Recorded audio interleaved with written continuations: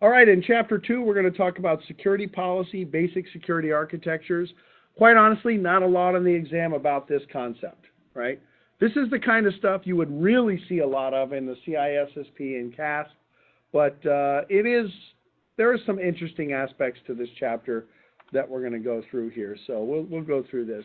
When it comes to security, the CIA triad. I'm sure you guys have seen this before if you've studied security. Anybody here have their CISSP? You do? Yeah. Security Plus, yeah, same thing in Security Plus. They talk a lot about this kind of stuff, right? The CIA triad, confidentiality, integrity, and availability, right? Confidentiality, obviously, let's ensure that the data is not compromised in a way that it's exposed, right? We want personally identifiable information to stay private. We want data at rest or data in motion to stay in private. And we usually facilitate confidentiality how? With encryption, right? Whether it's asymmetric encryption for data at rest or symmetric encryption for data in motion.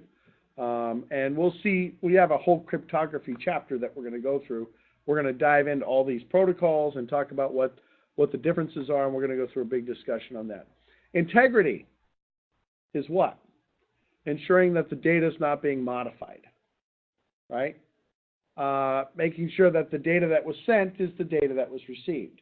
How often do we protect message integrity in either data at rest or data in motion?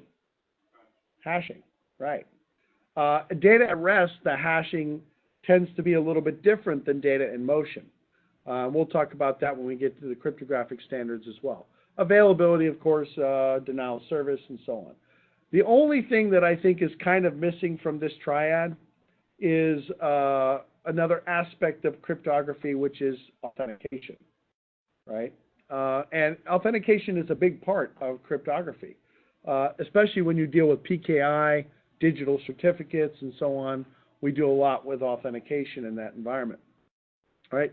But this is a pretty standard diagram that you see in reference to overall security objectives of an organization.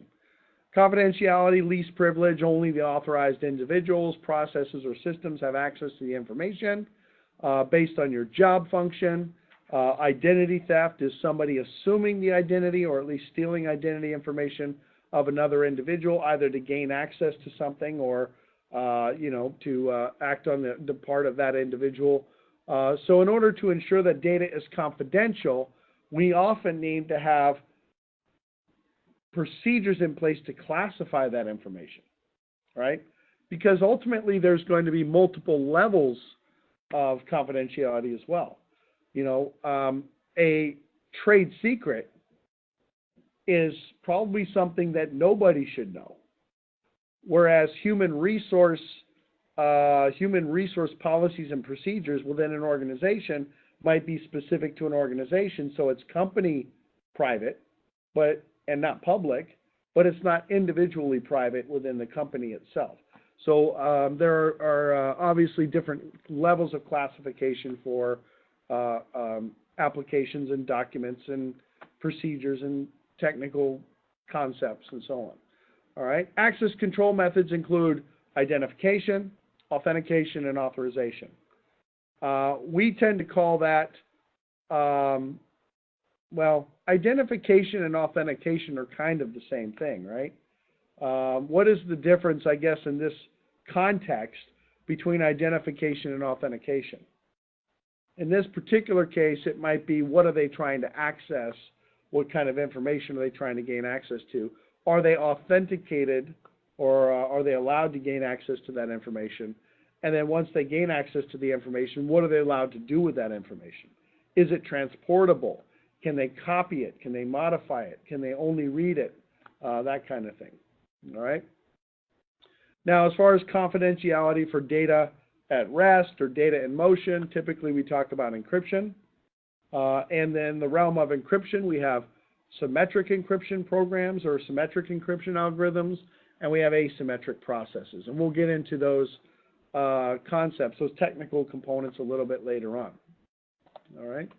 Integrity, the principle to ensure that data is protected from intentional, unauthorized or accidental changes. All right. Now, integrity can provide a couple of different things.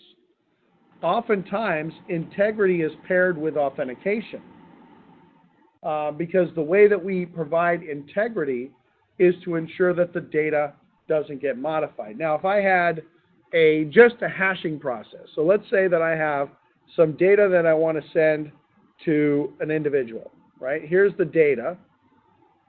And I decided that I want to go ahead and put that data through some sort of hash, right? And MD5, oops, didn't write that well. MD5 and SHA are pretty much the standard hashing algorithms that we see today, right?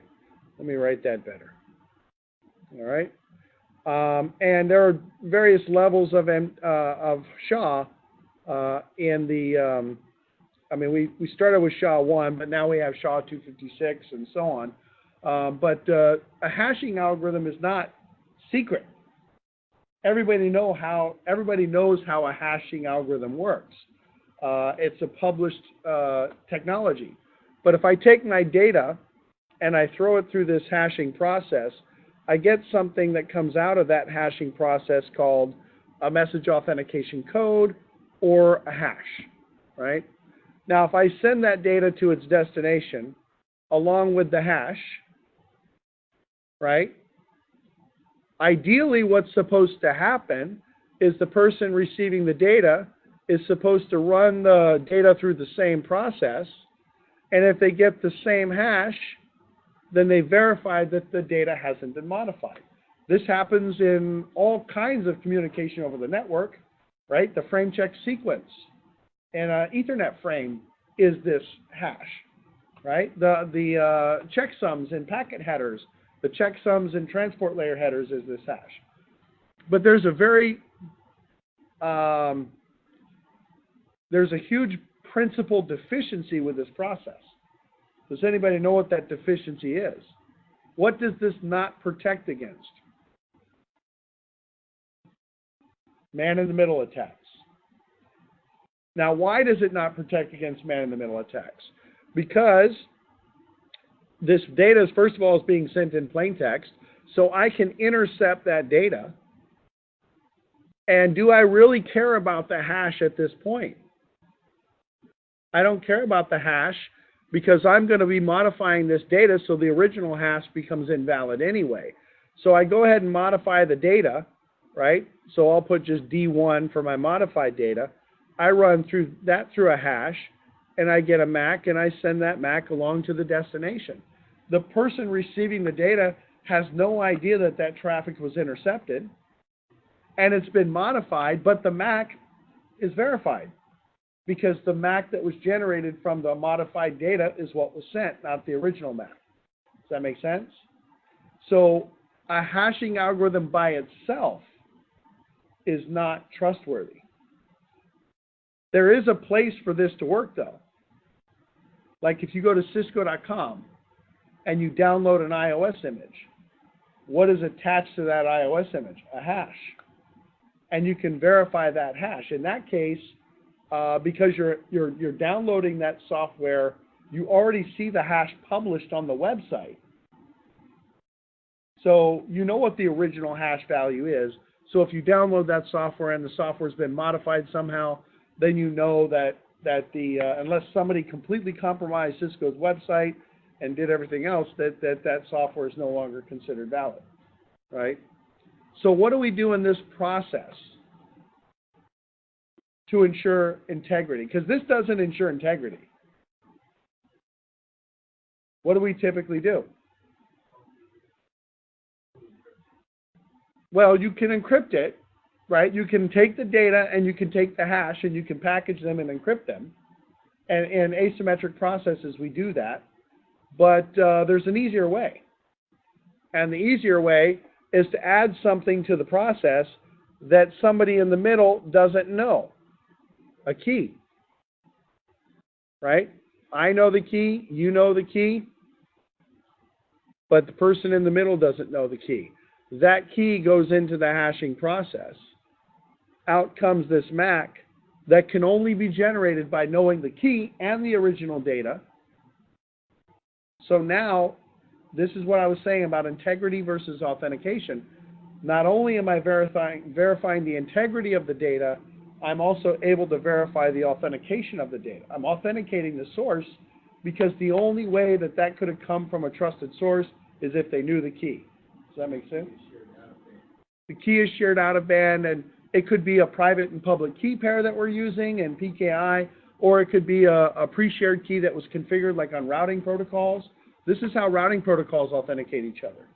EIGRP and OSPF, they use a pre-shared key, and they use MD5, or, well, MD5 pretty much, to hash the routing updates and the hellos and the queries and everything else, and they send that data along, and then the receiving router can verify that. Okay? So even if the person in the middle intercepts the data, there's no way that they can reduplicate a verifiable hash because they don't know the key. This, by the way, is called HMAC. So if you ever see a reference to MD5 HMAC or SHA-1 HMAC, the HMAC component is the part that provides this authentication. Right? MD5 by itself, by the way, these are on the test. MD5 by itself, not secure. SHA by itself, not secure. But you add the HMAC component, it becomes more secure. All right? So oftentimes in modern integrity techniques involve the use of authentication as well. Right? And authentication is included as part of the integrity component. All right? All right. Availability, the principle that ensures that information is available and accessible to the user. Obviously, we're talking about denial of service. Now, what are some of the mechanisms that we put in place to ensure availability? For example, ARPS, a DHCP poisoning attack, we're going to use something like DHCP snooping. We're going to see these protection mechanisms throughout the course, by the way, because this is not all policy and principle. We get into actually doing configurations as well. Okay? So it is a little bit more difficult to ensure availability because there can be attacks against physical systems, like heating and air conditioning, right? In that Mr. Robot show, they wanted to erase data on critical servers, but they knew that when they were going to erase the data on the critical servers, that they could easily recover from backups. So they found out the company that was doing the backups stored the backups in a cold storage at this facility, but they were on tapes. And so they bought the tapes, they did some chemical analysis on the tapes, and they realized that if they could raise the temperature of the room above a certain level, that the tapes would actually physically change and disintegrate because of the temperature, and it would destroy the data. So they actually launched an attack against the HVAC system of this facility to destroy the backup data at the same time they were trying to destroy the real-time data. Spoiler. Yeah, spoiler, yeah, for those that haven't seen it. I think it's on, it's not on Netflix, I think it's on Amazon Prime now, but it's a good show. I mean, it's pretty well done. Yeah. All right. Not that I'm plugging that show by any means, but, you know, you get those, like, swordfish, right? You guys remember that movie? It was horrible, right? You know, every IT guy is, like, pausing the movie, looking at the screen and going, okay, that's a trace route. All right, so how are you going to attack somebody with a trace route? You know, yeah, the original movie Hackers, yeah. They glorify this concept of hacking, like these guys are drinking their espressos and breaking into everything, and yeah, well, you know. All right, so when it comes to threats, obviously we have, well, this is kind of that landscape, right? You've got your exploits or your threat vectors. The orange boxes kind of represent those threat vectors. Vulnerabilities are vulnerabilities in systems that threats can be used, that can be exploited by a threat. We have our safeguards to protect our assets and so on. So this is kind of a visual representation of one of those slides we saw in the first chapter. All right? There's a difference between a threat and a vulnerability. We talked about that. And risk. Risk is a big aspect to this, right? There used to be on this test a lot of questions about risk assessment, quantitative versus qualitative, and annualized loss expectancy, and exposure factor, and single loss expectancy, and so on. We're going to talk about it, but it's not really covered on the test anymore. Okay? Asset classification is very important as well. Assets have different value. And if you look at the criteria for classification here, it's most of these things make a lot of sense, right? The value of information. In other words, trade secrets have a high level of value, right? But the fact that you have a standing all hands meeting at 5 p.m. on Friday doesn't necessarily have a lot of value. So we want to protect that information. Age is very important as well.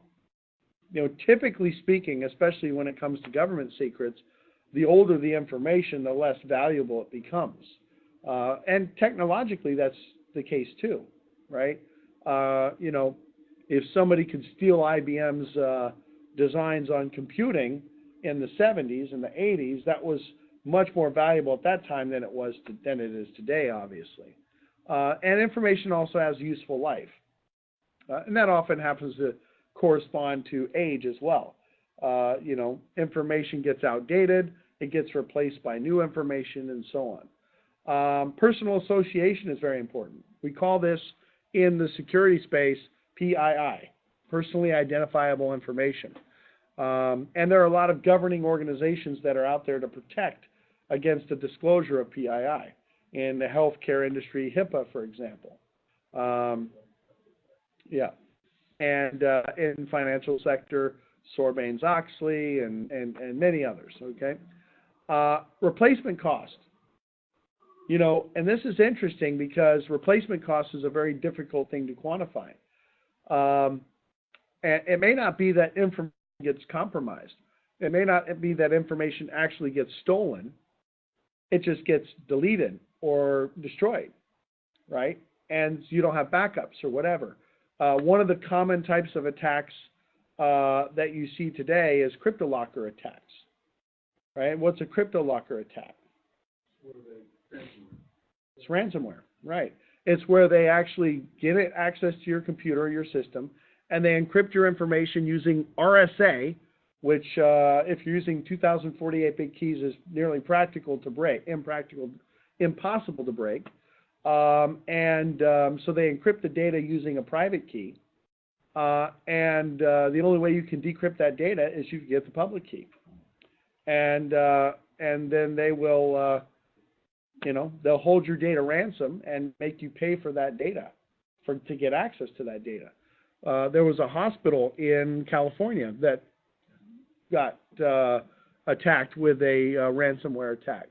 And they paid $10,000 to get the key.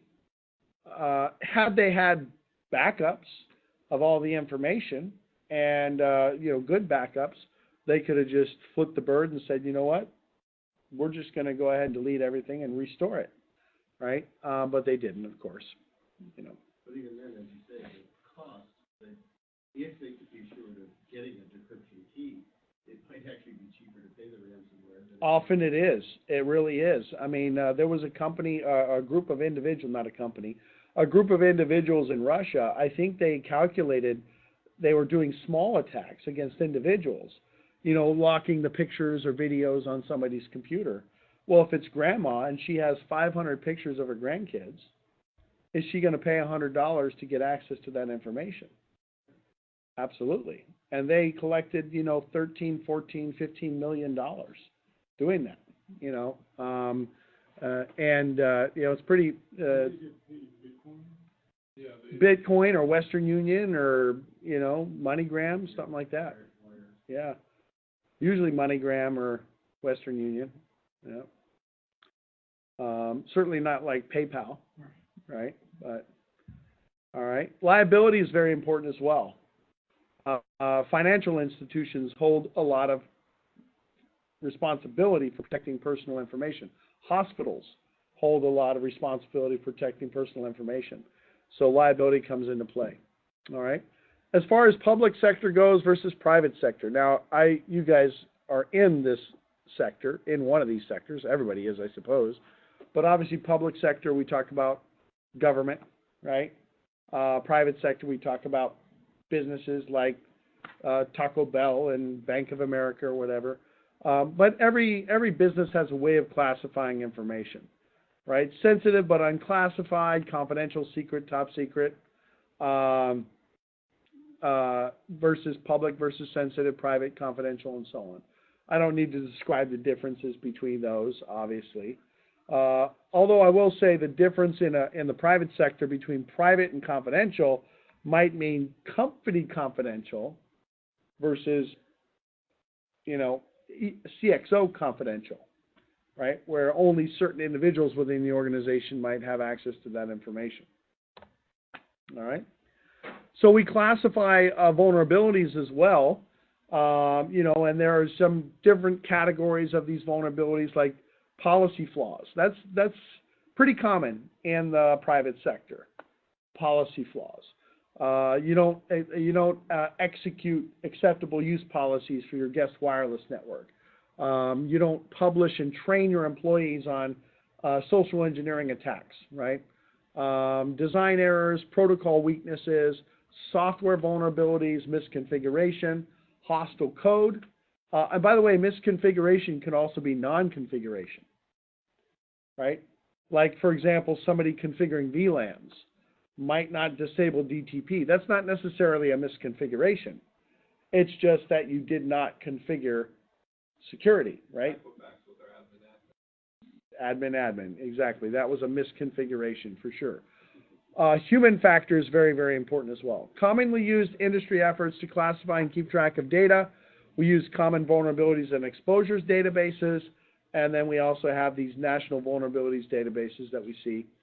A lot of companies will publish their own databases that clients can use to track potential vulnerabilities in their environment. I mean, Microsoft has it, and Cisco has it for their devices as well.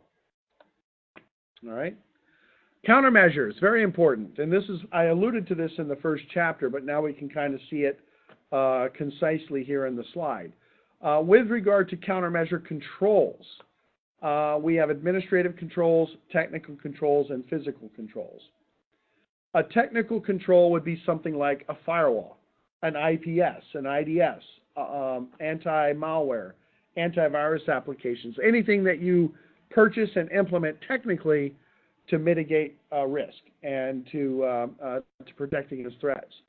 An administrative control, policies and procedures, guidelines, human resources, potential, the potential of being fired if you're releasing information or whatever. What are physical controls then? Cameras, security guards, bastion, components, walls, would a thumbprint scanner or a palm vein scanner be considered a physical control? Not really. Those are more technical controls. It's technology that we're using for authentication.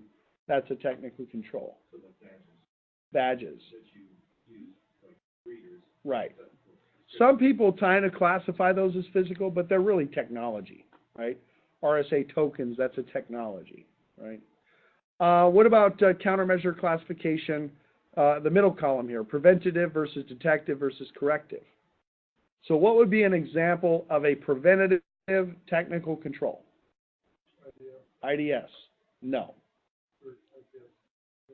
IDS would be a detective technical control. I know you meant IPS. Yes. Yes. But let's ask, why would an IDS be considered detective? That's what the D is, yeah, detection. Intrusion detection, right? And intrusion prevention. I guess there you go. That's pretty easy, right? What else? What about a physical control? What would be an example of a physical control that's detective or preventative? Excuse me. Door locks, right? What would be a physical control that would be considered detective? Motion sensors, security cameras, security guards, etc. What would be a corrective control? Any control that's implemented after a vulnerability has been, lost the word, after somebody's been able to facilitate an attack, right? Well, we got our website hacked. All right, well, let's go ahead and implement these controls. They can be administrative, technical, or physical as well. All right. Somebody cut the lock on our door. Well, all right, let's put bigger locks on the door. Okay.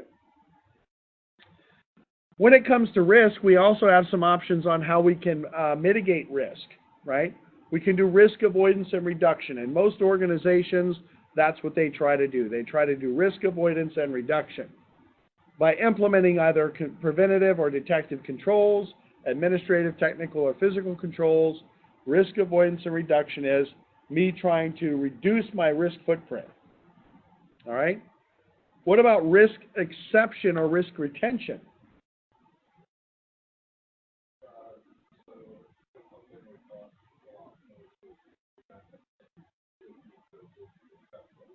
Right, and that's where we come into the play. We come into the situation. We say, look, it's going to cost us $100,000 to mitigate this risk. We can't get rid of it 100%, but we can certainly mitigate it. But if the risk were realized, if the threat were realized against the vulnerability, we would probably lose $20,000 in damage. We would have $20,000 in damage. It's kind of like insurance, right? I'm going to buy earthquake insurance. For the likelihood that an earthquake might occur in 20 years that's big enough to damage my property, but my deductible is $50,000. Well, do I have property that's worth more than $50,000? If I don't, then I accept the risk. If I have multi-millions of dollars in property, then yeah, I might get that insurance. All right. What about risk transfer or risk sharing? What would be some examples of risk transfer?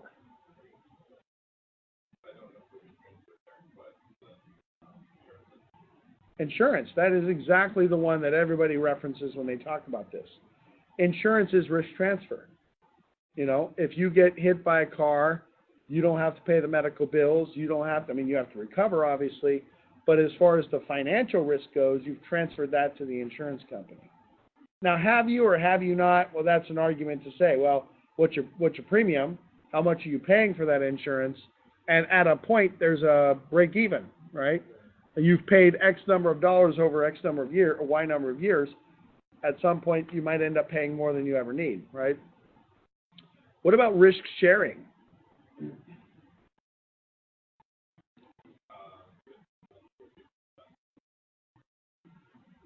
Yeah, I could see that. I tend to think of risk sharing more from a technical perspective, like using cloud-based services would be considered risk sharing, because you have some security controls that you implement for that data, but then you're also relying on security from the cloud provider as well, and they're accepting some of the risk for that information, right? Dropbox and Office 365 and AWS. These are all could be considered transfer completely.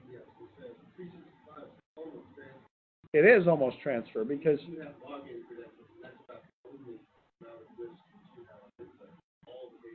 right, unless you're doing things like PGP and SMIME and stuff, you're utilizing those features in your Outlook client or whatever. But you're right. Office 365 could be considered somewhat almost 100% transfer. Right. Right. Okay. So risk analysis is the art of defining what your risk footprint is, and being able to identify what your vulnerability is based on, the technology you've got implemented in your environment, your personnel, the information you're protecting, and so on. Two types of risk analysis: quantitative versus qualitative. Although, quite honestly, they're both really qualitative. But we'll take a look at both methods here in a little bit, right? Quantitative is supposed to be mathematical principles. We simply apply these numbers and we get better numbers or we get other numbers. and we can make our risk mitigation strategy align with whatever that quantitative risk assessment was. Qualitative is more subjective, right? Like saying, well, it would be really bad if this happened. Reputation would be hurt. I might lose my job, right? Those are qualitative assessments. Quantitative is, it's going to cost us this much money if this happens. Quantitative almost always deals with money, dollars, right? So obviously the goal here is to have a cost to value ratio that we define so that we can go to our layer 8 and layer 9 principles, budget and politics, right? In the OSI model, there's 7 layers, then you got 8 and 9, budget and politics, and we can go in and say, hey, Mr. CFO, we need $100,000 to mitigate this risk. Well, tell me why. Because it's going to cost us this many dollars if it happens, if the threat is realized, right? So we're looking to justify the cost of mitigating risk. And then we focus our organization. Now, it could be a dollar value, or it could be just simply focusing the organization on the task or the goal of the company.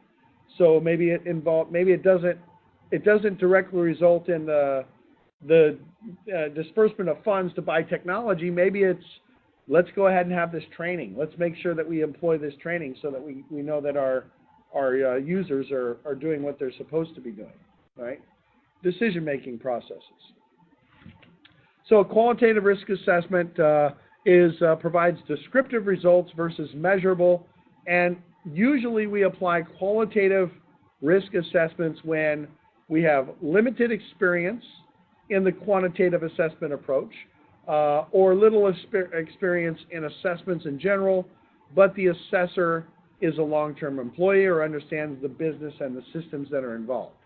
I don't really agree with any of that. That's what Cisco's definition of that is. But, when you're dealing with qualitative assessments, you're not dealing with specifics. You're dealing with more generals, right? Generalities, I should say.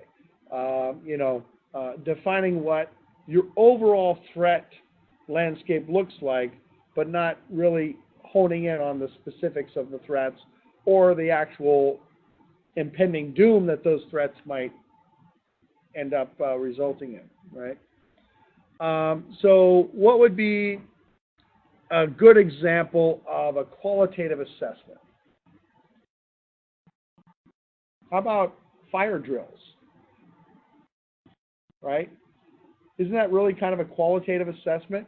You have a policy written in your HR handbook that says if a fire occurs, meet at this gathering point or this safe place, or if a disaster occurs, meet here, and you host fire drills or disaster recovery or preparedness plan drills to see if the people are meeting the objective, right? We're not looking at defining a cost to the business or the employees if they don't meet the objective. We're just trying to generally understand if people understand the principles and the policies, right? Now, how might that apply to technology, right? It doesn't mean that a qualitative risk assessment cannot result in estimated dollar values, right? You can still say, hey, if our email server goes down for 24 hours, it's going to affect this many employees. We could potentially lose this many customers, or and so on. Another huge way that qualitative assessments show up is reputation, business reputation. When Target loses 30,000 customers' data, ultimately Target is not the one collecting that information, are they? Target is using a third party for their payment card system, for gathering that information, and the actual company that lost that information wasn't Target, it was the payment card company, right? But ultimately Target pays the price. Yeah, it's all perception. They're the ones that hired that company. They're the ones that use that company. even though they weren't the ones that were responsible directly for the breach, they're the face of the breach, and that affects them. All right? In a quantitative risk assessment, this is the formula. It's actually literally a mathematical formula that we use to describe what we call our annualized loss expectancy. All right? Which, by the way, ALE is a dollar value. So ALE is a dollar value, asset value is a dollar value, exposure factor is a percentage value, annualized rate of occurrence is a numerical value. When you put all that together, you get your annualized loss expectancy.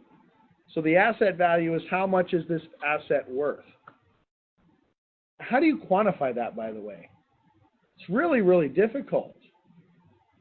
That's why I always say that even a quantitative assessment is somewhat qualitative. Because think about the value of an asset. Our customer sales database. Okay, is the value of the asset the information? Is it the hardware that stores the information? Is it the hard drives? I mean, how do you really quantify the value of an asset? You know, the information, I mean, certainly it's easy to say this is how much a server costs, this is how much the hard drives cost, this is how much the motherboard costs, etc. But how do you quantify the value of the information?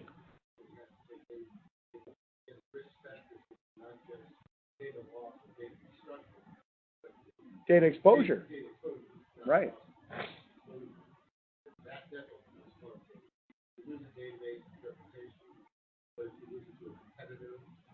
Exactly.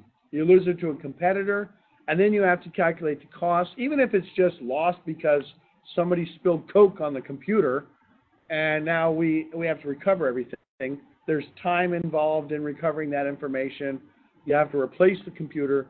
So I guess my point is, AV is not necessarily a finite number, you know, and in the end, ultimately, it's a qualitative process, even though it's mathematically a quantitative process, right? I mean, exposure factor is another thing that's extremely difficult to quantify.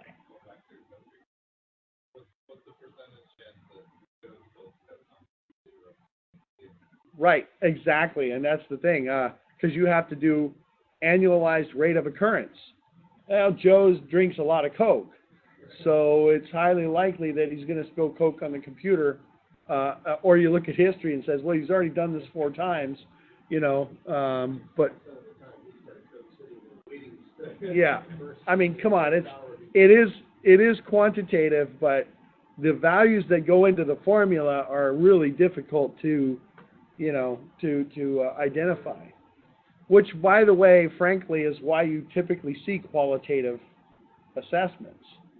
Because, you know, if I was a CFO and somebody came to me with numbers and said, hey, this is our asset value, this is our exposure factor, this is our annualized rate of occurrence, every time that occurs, we lose this, which is our single loss expectancy, what is our ALE? I'm going to say, come on, man, how did you come up with those numbers? Tell me how you came up with asset value. Right? And there'll be 1,000 holes in it. You know, you didn't think about this, you didn't think about that. You can also break it down then, the absolute risk of just the server. Well, that's the other thing, right? Contract versus do I? Right. Yeah. That's the other thing, and then you get stuck in, you know, this quagmire of, you know, coming up with all these different scenarios, right? Where you might have an ALE value for a specific scenario, and then you might have 20 other ALE values for the same asset for 20 other scenarios, right? So does anybody here have the responsibility of performing any kind of assessments on risk assessments in their environment? No? Not formally, yeah. Yeah.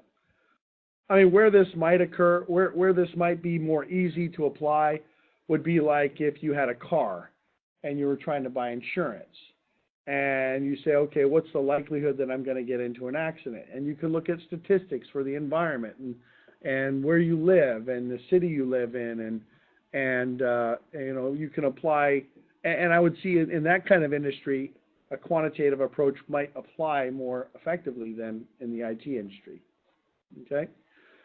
So the probability, the impact, the countermeasure effectiveness have discrete mathematical values to determine the risk cost, and we want to make sure that that risk cost is outweighed by the cost of mitigation. I mean, that's ultimately the goal of a quantitative approach. If my annualized loss expectancy is $50,000 and my mitigation technique is $100,000, that's not a very good rate of return, right? And so on. So 3 steps in the process. You want to get management approval. You want to put together your risk assessment construction team and review the available information and so on. I think that sentence cut off there. All right. So a single loss expectancy is calculated as the asset value in dollars times the exposure factor. If this risk is realized, or the threat is realized, based on this vulnerability, how much of the asset is affected? 100% of the asset, 50% of the asset, and so on. Losses include the lack of availability of data due to loss, theft, alteration, or denial of service. And we have to calculate then the annualized rate of occurrence. How many times a year is that going to happen? And then we multiply that value times our single loss expectancy. That gives you our annualized loss expectancy, which is a product of the yearly estimate exploit, ARO, times the value loss of the asset, which is the SLE. And then the countermeasures that we implement should mitigate the risk, right? Is it going to mitigate 100% of the risk? Well, usually never. All right. Now, as far as security architectures go, when we talk about technical architectures, one of the most common principles that we apply in security today is something called defense in depth, right? I mean, you think about a modern. Well, let's go with the historical context here, right? A castle. Castles have moats. They have drawbridges. They have big, hairy guards. They got high walls. They've got boiling vats of oil and people with weapons. That's defense in depth. Multiple layers of protection, right? In a network, defense in depth includes perimeter security devices like firewalls or IPSs or IDSs, routers with access control lists, 802.1x authentication for clients connecting to the network, port security, VLANs, ICE, Identity Service Engine with Cisco TrustSec. So in a network, we apply the principle of defense in depth by implementing host-based controls as well as network-based controls. And defense in depth extends beyond technical controls. It also goes into physical and it goes into administrative controls as well. Okay? Compartmentalization. In the sense of a network, what is a perfect example of a security architecture that utilizes compartmentalization? VLANs or private VLANs, right? That is compartmentalization. Compartmentalization in a Windows environment could be your Active Directory structure, your user permissions, your group permissions, and so on. Least privilege, I think you guys understand, right? Least privilege is this concept that we're only going to give you access to what you need access to. What is the most common configuration we see in networks today that breaks this concept of least privilege? A generic domain admin account. See it all the time, right? I don't want to give every user domain admin rights. So if somebody's going to get domain admin rights, we'll just give them access to the generic domain admin account. That doesn't really help, right? Weakest link. Weakest link. It's a standard analogy, right? Your security is only as good as the weakest link. If you have all of these application layer security components in place, and you haven't protected the infrastructure, no, somebody cannot they can't perform a denial of service attack against the application. So, all right, fine, we'll just do a denial of service attack against the infrastructure. The effective is the same. Application's not accessible, right? right? On their lowest floor with all glass windows. Right. Right. They were not bulletproof or anything else. Of course. Yeah. Separation and rotation of duties. Very important concept, actually, in the principles of security. What does separation and rotation of duties provide? Checks and balances. Right? That show I was telling you about, the American Greed. There was one episode where this comptroller for a very, very small town, you know, a couple thousand people in this town, embezzled over $60 million because she was the only person that was responsible for all the money that the town collected and spent. So it was her own personal bank account.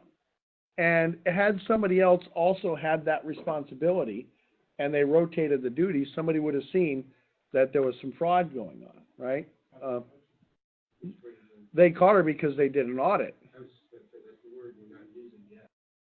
Part of the Right. audit. They did an audit. They started to notice that money that they couldn't pay for fixing the roads like they used to be able to pay for. Had she only stole $10 million, she probably never would have got caught. You know. So like if you share credentials, you diminish any auditing capacity. That's right. That's right. I had a student that worked at a bank, and they had a policy of mandatory vacation. You had to take vacation because while you were on vacation, somebody else took over your job responsibilities, and that guaranteed rotation of duties. Right. So, all right. Hierarchically trusted components and protection. Operating systems use this model, right? The rings of security within an operating system. At the center of the core of that ring, those sets of rings is what? The kernel, right? Then you have applications, and then you have peripherals and all these other devices. But so you have this hierarchy of trusted components.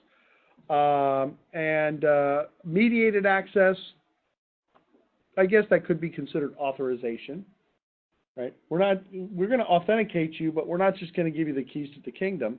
We're going to give you access to whatever you need access to, right? Which could fall under least privilege as well. Accountability and non-repudiation, right? Accountability, we know what that term means, right? Accountability often comes in the form of administrative controls. Non-disclosure agreement is an accountability concept, right? We're going to let you work on this brand new product that's going to save our company, but you have to sign this non-disclosure agreement. So does that non-disclosure agreement technically stop the person from disclosing information? No. But there are repercussions if you do disclose the information. What is non-repudiation? We know that you were the person that did this. You were the person that sent the information. You were the person that made the configuration change. You were the person that logged into this system. Okay? Under the guise of cryptography, non-repudiation comes in the form of digital signatures. Right? All right. So here's our defense in depth diagram. That's a cool diagram, so I put it in here. All right, but you know what it is. All right. From a firewall perspective, that's a way that we provide compartmentalization. There's a few questions on the test about this concept. Right? Oftentimes, when you deploy a firewall, you'll see this idea that you have an outside zone, which is your unprotected zone. You have an inside zone, which is your protected zone. And then you have this DMZ, which is your quasi-protected zone, right? What would be the primary goal of having this demilitarized zone? We don't really call it that in IT. We just simply call it a DMZ. But what would be the purpose of having this DMZ? Right, to have a layer separation. Exactly. The DMZ doesn't have as much security as the inside zone does, but it has some security. And what would we put in our DMZ? Proxies, gateways, publicly facing servers like FTP or web servers and so on. All right. We'll have a whole chapter on firewalls later on. We'll talk all about firewalls a little bit later on, all the way from the general to the specific, right? Yes, honeypots could be put there. Honeypots are an interesting concept. Honeypots are put out to attract attackers, either to steer them away from attacking the systems that have value, or to steer them to a system so that you can capture the techniques and the tools that they use to facilitate their attacks, right? Honeypots do that. All right? The internet is constructed of zones. Your business is constructed of zones. From a business perspective, you might have your corporate internet, or intranet, I should say, and then you have these extranets, partners that you work with. Maybe you have some VPN connections that go to these partners. Maybe there's a data center that you're housing equipment at, so that would be kind of considered an extranet because you've got a VPN connection to that data center. VPN users are an extension of your corporate network. We're seeing this a lot with BYOD as well. BYOD is bring your own device. And in the concept of BYOD, we're trying to allow the flexibility of users using their own equipment, but that opens up a whole other Pandora's box as far as security goes. How do we ensure that those endpoints follow corporate policy? How do we ensure that they're secure when they access the network? Okay. In a router or switch, we also have compartmentalization of technology. In fact, there are 3 planes of existence in Cisco devices. You have the data plane, the control plane, and the management plane. Now, we don't necessarily talk in this class about how routers and switches work. We really focus on those discussions in CCNA, but the data plane is the wired function of a device, right? The fast switching function of a device. From a router's perspective, it's data coming into an interface and data leaving an interface. And that data gets passed through the router using things like forwarding information bases and caches and whatnot, so that we don't have to go to the control plane. So think of the data plane as kind of the lowest function of a device. The control plane is the higher level functions of a device. The routing protocols, the CPU processor components, the things that get processed through the CPU. So control plane is the intelligence of the device. We have to protect that aspect of the device as well. We're going to see a chapter later on. We talk about control plane policing and control plane protection and how we can facilitate that in our devices. And then we have our management plane, which obviously that one makes sense. It's the plane of existence that allows us to manage that device either in band or out of band. Right. Okay? We're actually going to see different technical controls that we can implement to protect these aspects. Like, for example, management plane, that's pretty simple. What is one basic technical control that you would implement to protect access to your management plane? Passwords and authentication. Maybe even access control lists that allow us to define who can access the plane. Encryption with SSH, exactly, as opposed to Telnet, so on. All right? So that concludes that chapter. After the break, we're going to get into actual technical controls, looking at securing our layer 2 networks. Layer 2 meaning ARP, right? Port security, etc.